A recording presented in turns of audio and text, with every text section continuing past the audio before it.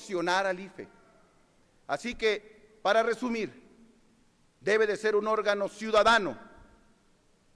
Nosotros queremos que se complemente con 9 integrantes, pero es un gravísimo error histórico excluir la visión de los diputados que aquí representan el 42% de las curules y cerca del 50% de los votos en la última elección, porque ustedes son mayoría hoy a causa de la cláusula de gobernabilidad del 8% y no en la mayoría ciudadana que se lo dio en los votos.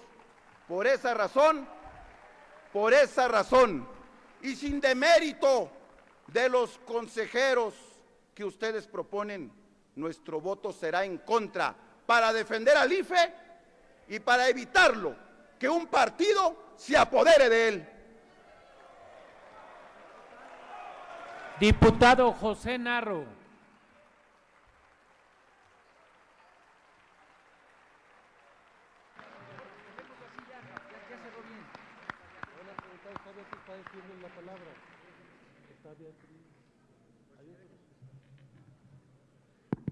Bueno, con su permiso, diputado presidente, diputado Acosta, Naranjo. En 1988 se dio un gran fraude electoral. Vivíamos en un sistema de partido único, de partido de Estado. Las reformas electorales después del 88 fueron prácticamente contrarreformas electorales. La presión ciudadana por los cambios de este país provocó, entre otras cosas, la irrupción de muchas fuerzas excluidas de la vida política y apareció en el año del 94 el propio Ejército Zapatista de Liberación Nacional. Fue hasta la reforma del 96-97 cuando se constituyó el primer órgano del IFE ciudadano, a quien le tocó el mandato de hacer esa gran reforma democrática, impulsarla y coordinarla en una mesa en Bucareli e impulsar la constitución de ese órgano es al actual presidente de esta Cámara de Diputados.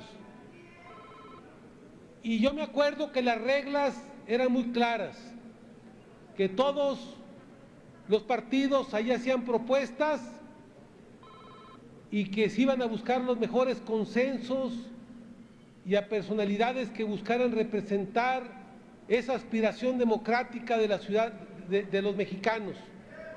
Hoy, en este planteamiento que se nos presenta, ¿usted ve esa aspiración o ve un esquema de regresión política hacia ese viejo modelo de partido de Estado, ese viejo modelo y sistema de partido único?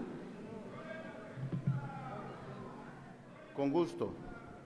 Primero debo de expresar mi reconocimiento personal al papel que en su momento cumplió Emilio Choyfet.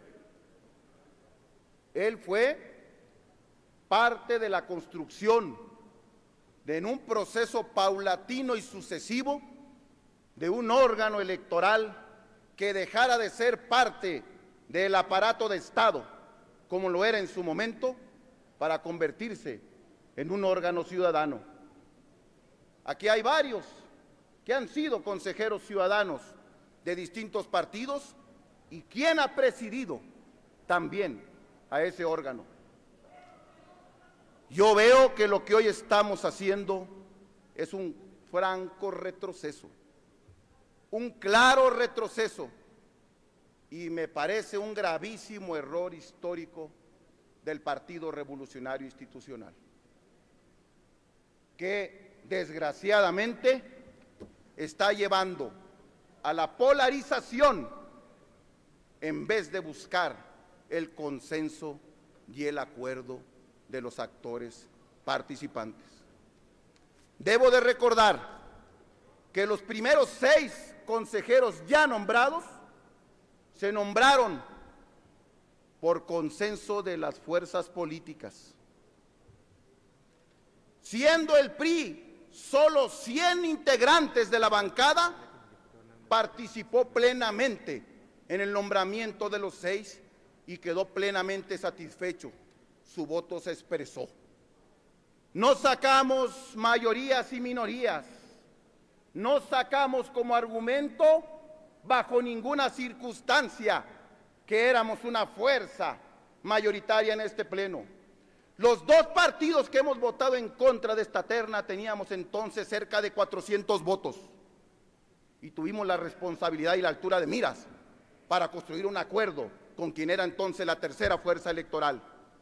Por eso, a eso es a lo que llamo yo al Partido Revolucionario Institucional, que retome el camino del acuerdo, del consenso, de la integración y abandone en este tema tan importante el muy mal discurso de las mayorías y de las minorías. Eso no honra el espíritu con cual fue construido el Instituto Federal Electoral. Para alusiones personales tiene la palabra la diputada Beatriz Paredes. ¿Quiere hacer una pregunta al orador? ¿Acepta este? Sí, con todo gusto, señor. Muchas gracias, diputado Felipe Enríquez. Gracias, señor presidente. Primero, como antecedente, tal vez no tenga claro los datos el compañero diputado orador, pero el PRI y el PRI en alianza con Verde ganaron 188 distritos de mayoría. Y el PRD solo obtuvo el 12.20% de los distritos y de la votación. Quien se benefició con la representación proporcional, sin duda, fue el PRD, solo como aclaración. Mis preguntas. Primera, usted ha hablado de una propuesta que se le ofreció al PRD un consejero. Yo le pregunto, si se le hubiera ofrecido un consejero al PRD y uno al PAN, ¿hubiera aceptado? Y segundo, ¿qué opina usted? ¿El PAN le robó la elección presidencial al PRD o el PAN ganó la elección federal? Esa es mi pregunta. Adelante, señor orador. A la primera aseveración del diputado respecto a los porcentajes y triunfos de mayoría obtenidos en 2009, con todo respeto, es a esa visión a la que me opongo. Porque exactamente ustedes tenían 100 diputados en la anterior legislatura y el PAN y el PRD cerca de 400 y nunca, jamás intentamos excluir, cometer la insensatez de hacer a un lado a un partido de la importancia, el tamaño nacional, la historia, las responsabilidades de gobierno que es el PRI. Sería un sinsentido y un despropósito. Hoy ustedes lo intentan hacer con las otras 2 principales fuerzas electorales y de verdad les digo que eso no debe de ser una actitud de la que se prescien de democrática. Segundo, a confesión de parte, relevo de pruebas.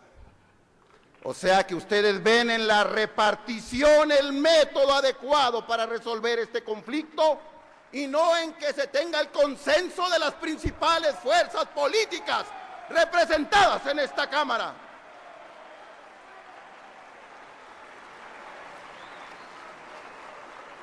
Y tercero, mi opinión respecto a la elección de 2006 está consagrada en muchísimos lugares.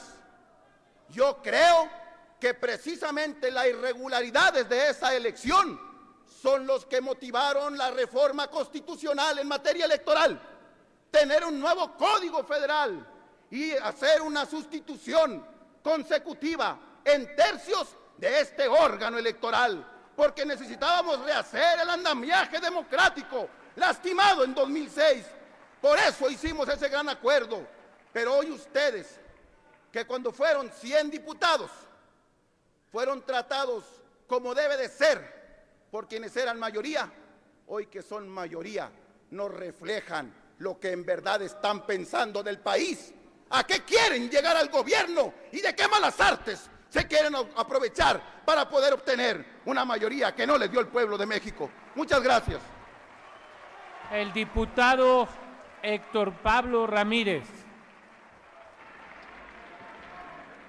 Señor, ¿Acepta usted, señor orador? Con todo gusto. Adelante. a ver, Guadalupe, acá estoy. Perdón, no, sí, diputado, con todo respeto. Diputado Acosta Naranjo, hoy estoy viendo que te desgarra las vestiduras hablando de democracia y de no avasallar en el Parlamento al partido mayoritario, como es el Partido Revolucionario Institucional, que nunca lo han hecho. Yo te quiero preguntar, Guadalupe, tú que estuviste de cerca, ¿qué opinas que en el 2010 el PAN y el PRD avasallaron en Oaxaca con todos los consejeros electorales? No le dieron uno solo al PRI. En el 2010, siendo Gabino Cue gobernador del estado, eligieron presidente y todos los consejeros electorales PRI y PAN. Y el PRI es partido por partido, mayoría en Oaxaca. ¿Qué opinas? Si eso que sucede en Oaxaca no está sucediendo en el Congreso y eso se llama congruencia. Dímelo.